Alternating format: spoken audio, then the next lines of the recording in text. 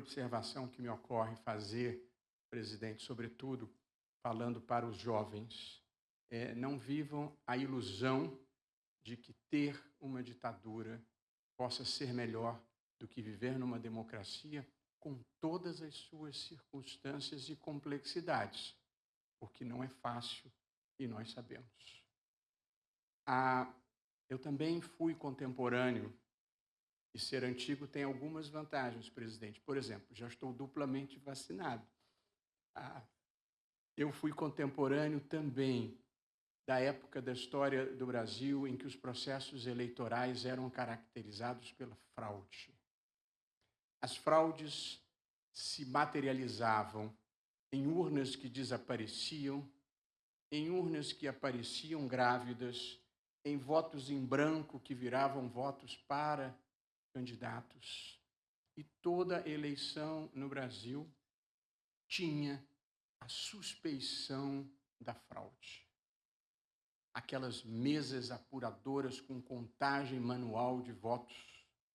Os votos apareciam, os votos desapareciam, tinha gente que comia voto. E, a partir de 1996, nós conseguimos acabar com esse histórico de fraudes. Histórico do coronelismo, histórico do mapismo, histórico das eleições a bico de pena e o histórico dos votos que apareciam e desapareciam. Desde 1996, jamais se documentou na vida brasileira um episódio de fraude. Em 2014, o candidato derrotado pediu auditoria do sistema. Foi feita a auditoria e o próprio partido do candidato, que ficou vencido por pouco, diga-se de passagem, reconhece que não houve fraude.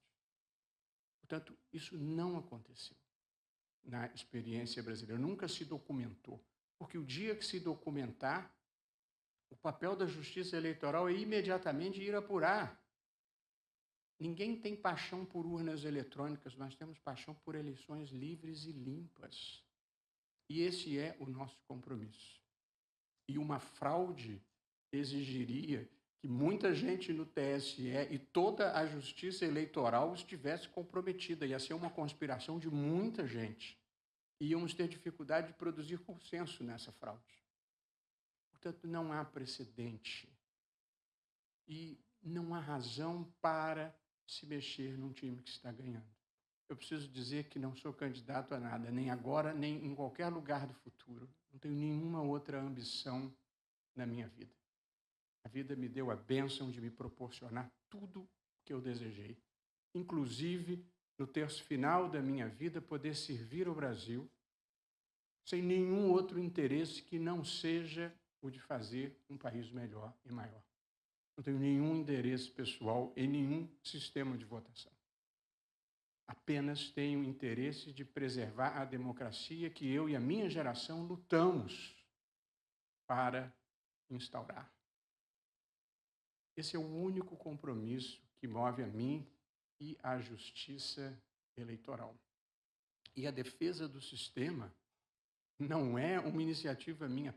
Todos os ex-presidentes do Tribunal Superior Eleitoral, sem exceção, defendem o modelo que vigora ainda hoje. Há uma crença de pessoas de boa fé de que o voto impresso apenas traria um mecanismo a mais de auditoria. É muito importante esclarecer às pessoas de boa fé que, a despeito disso parecer lógico, não é verdadeiro. Quais são os problemas que levam a justiça eleitoral a defender o ponto de vista de que não é bom o voto impresso? Com a ressalva muito importante de que essa decisão não é nossa, nem do TSE, nem do TRE. Quem tem que decidir isso é o Congresso Nacional, onde eu estive debatendo e expondo os argumentos. É que, primeiro, o voto impresso não é mecanismo de auditoria do voto eletrônico, pela singela razão de que o voto impresso é menos seguro do que o voto eletrônico. Você não cria um mecanismo de auditoria menos seguro do que o objeto que está sendo auditado. Por que ele é menos seguro? Porque ele precisa ser transportado. Então, nós estamos falando de 150 milhões de votos em um país em que, em muitas partes, em muitas regiões, você tem problemas de roubo de carga, em outras você tem milícia, em outras você tem facções criminosas, e, portanto, nós vamos ter que transportar 150 milhões de votos com os riscos que isso envolve. Temos que armazenar esses votos para que não apareçam votos dentro das urnas. E depois, e isso então é o filme de terror, temos que recontar esses votos à mão. Quem é antigo lembrará das mesas apuradoras, aquele monte de mão manipulando os votos que vão e vêm. Quando aparecem e desaparecem, comem-se votos. Portanto, nós vamos criar um mecanismo de auditoria que vai trazer insegurança, riscos para o sistema. Desencontros entre a contagem manual e a votação eletrônica. E quando der a inconsistência, porque vai dar no caixa do banco, que não quer perder dinheiro, por que não vai dar numa contagem manual num país polarizado? Portanto, não é só uma questão de custo, não é só uma questão da dificuldade da licitação, é uma questão do risco para a segurança do sistema. Sem mencionar o risco da quebra do sigilo, porque o voto impresso, ele é impresso com toda a composição do voto. Presidente, governador, senador, deputado federal e deputado estadual. De modo que na recontagem, num país em que se compra e vende voto, é preciso conferir se o voto comprado foi entregue. É possível até convencionar para saber se foi entregue mesmo. Essa é a chapa que você vai votar, anula o voto de deputado estadual. E aí, na recontagem, você fica sabendo se a mercadoria comprada foi efetivamente entregue. Portanto, temos problema de fraude, temos problema de sigilo, temos problema de transporte, temos problema de custo, temos problema de uma licitação tormentosa. Essas são as únicas motivações da Justiça Eleitoral e de todos os seus ministros. Não sou eu. Não tenho esse poder todo. É um consenso de que essa é uma mudança para pior. E essa é a única razão que nos motiva a defender esse sistema pelo qual foi eleito o presidente Fernando Henrique, do PSDB, depois o presidente Lula 2 vezes do PT, alternância no poder, depois a presidente Dilma, do PT, e depois o presidente Jair Bolsonaro, do PSL. É um sistema que consagra a democracia, porque uma das características da democracia é a alternância no poder. É reconhecer a possibilidade de que outro que pense diferente de mim possa ganhar.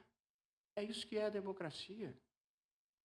E, portanto, o discurso de que se eu perder houve fraude é um discurso de quem não aceita a democracia, porque a alternância no poder é um pressuposto dos regimes democráticos.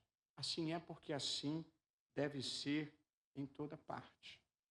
Eu não vou amassá-los descrevendo todas as etapas de auditagem antes, durante e depois das eleições do sistema de votação eletrônica. Mas apenas gostaria de desfazer a crença equivocada de que voto impresso e voto auditável sejam a mesma coisa. O voto eletrônico é auditável quando tudo começa, porque o programa tem o seu código-fonte aberto a todos os partidos. Ele é auditado quando se insere o programa nas urnas, nos TREs. Ele é auditável quando sai o boletim da urna. Ele é auditável quando se fazem os sorteios de urna para o teste de integridade ou votação paralela. Multiplicam-se os mecanismos de auditagem e a urna produz um arquivo digital chamado Registro Digital do Voto, que qualquer partido pode pedir e imprimir os votos. Portanto, apenas para que as pessoas tenham a compreensão de que o sistema é seguro, transparente e auditável em muitas das suas etapas. Nós levamos muitos anos para conquistar a democracia brasileira e vivemos sob a Constituição de 1988, quase 33 anos de estabilidade institucional, conquistamos estabilidade monetária e tivemos uma ampla inclusão social, apesar da recessão dos últimos tempos. Portanto, nós temos uma história de sucesso para contar no Brasil, que é a história da democracia brasileira. Eu gostaria de enfatizar, presidente, como disse ao começo, a democracia é um espaço de convivência de pessoas que pensam diferente. E como lembrou nosso desembargador Camolese, eu gosto de dizer sempre, na democracia tem lugar para conservadores, tem lugar para liberais e tem lugar para progressistas. Assim é a vida e a história dos povos. Só não tem lugar para a intolerância, para a agressão, para a violência. Tudo nessa vida pode ser dito e pode ser feito com respeito e consideração pelo outro. É assim que se vive a vida civilizada. Uma causa que precise de ódio, uma causa que precise de mentira, uma causa que precise de desinformação, uma causa que precise de agressividade, uma causa que precise de grosseria, não pode ser uma causa boa. As causas boas, há diferentes compreensões do bem, mas o mal é muito visível quando nós verificamos que ele se move por atitudes de ódio, de desrespeito ao outro. Eu escolhi para a minha vida, presidente, e aqui encerro agradecendo essa homenagem, procurar ser um agente do processo civilizatório e procurar empurrar a história na direção certa e viver pela causa da humanidade. Eu não paro para bater boca, eu não me distraio com humildezas, eu vivo para fazer o que é certo, justo e legítimo, sem ser o dono da verdade, porque numa democracia não tem donos da verdade. A democracia é o regime em que há muitas verdades possíveis, mas a mentira deliberada tem dono, e essa precisa ser adequadamente denunciada. Eu agradeço do fundo do meu coração a homenagem que me presta o Tribunal Regional do Acre.